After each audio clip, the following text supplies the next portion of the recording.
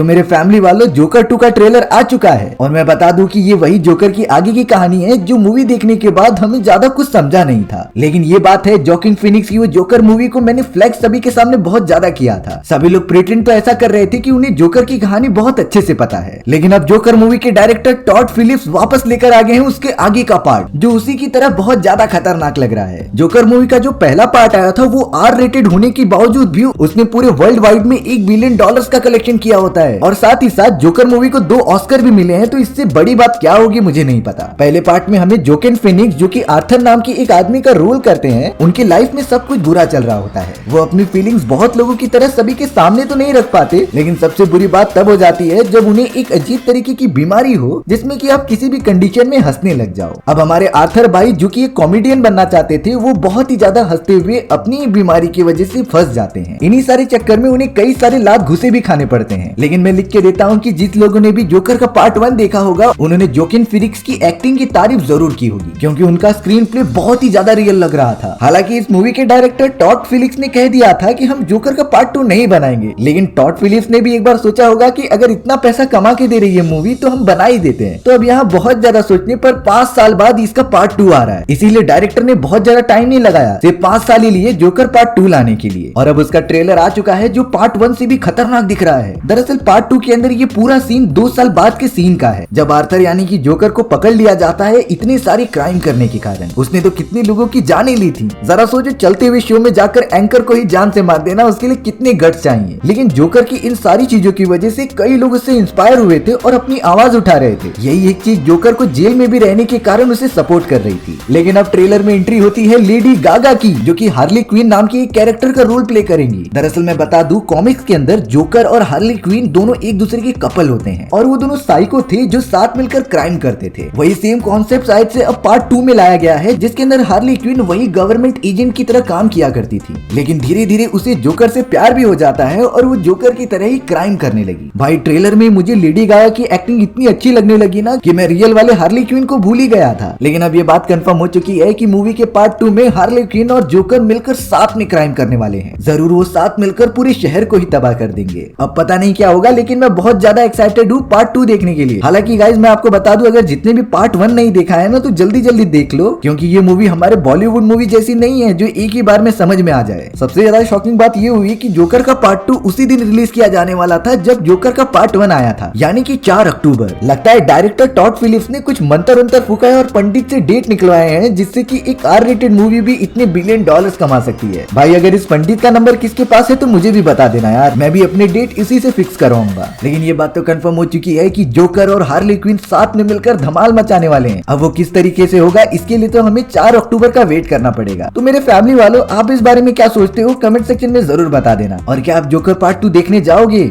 या नहीं जाओगे मुझे तो नहीं पता, लेकिन मैं जरूर जाऊंगा और एंजॉय करूंगा यार। तो अब सारे जोकर के फैन असेंबल हो जाओ और उसे सपोर्ट करो, क्योंकि एक समय पे जोकर के थॉट्स होते हैं, उससे मैं भी एग्री करता हूँ। आज के रिव्यू के लिए सिर्फ इतना ही, मिलते हैं और किसी नए टॉपिक पे। तो चलो मेरे फैमिली वालों, जल्द ही मिलते हैं, तब तक के लिए बाय बाय।